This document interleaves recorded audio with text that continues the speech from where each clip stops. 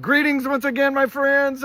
We've been talking about tasting and seeing that the Lord is good, sharing some testimonies of healing and miracles that He's performed in our life and showing us His reality. Well, we're going to conclude this week with some more testimonies, and I'm very happy to have my wife again with us. And Cheryl, would you just share some things on your heart today? Sure. Hi, friends. Go with me back to when I was holding my second child, my second daughter, and I just wasn't recuperating. She was a couple months old, and I knew something was wrong in my system. It was more than just the post-pregnancy, and was wondering about the terrible growth on my leg that was growing rapidly. It was very ugly, black, dark, so we had it checked out. And I remember hearing the doctor's words, the specialist's words, that it looked like cancer. And he gave us all the prep talk of what would happen. And going home, we just began praying. I remember holding my girl and just, would I be able to see her grow up, and asking God, Lord, would you let me live to help raise her, to teach her about Jesus and your love? And when we got the reports back, the doctor actually called us. The nurse said, the doctor wants to talk to you. I didn't think that sounded real good, although he hadn't called me to his office.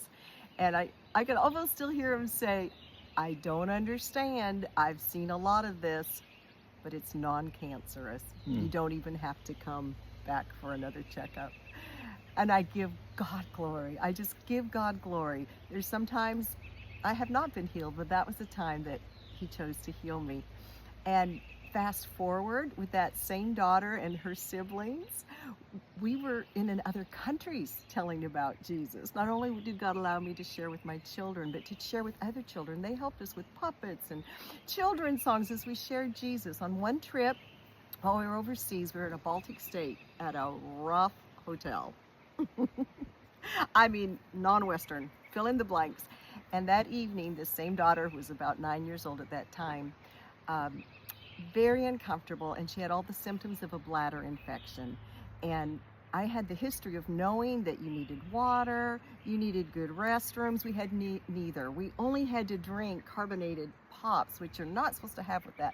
We prayed that evening. We prayed. I thought, oh, it's going to be a long night, lots of trips down the hall to the restroom.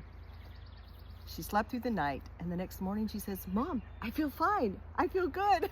Wow. And with those symptoms, historically, we'd always needed doctor's help with that. We had Dr. Jesus. Thank you, Lord, for your healing touch. Taste and see. Nobody can tell us that God isn't real. Listen, be back with us next on Monday. We're going to look at the other side of the coin. And God bless you. Bye-bye. God bless.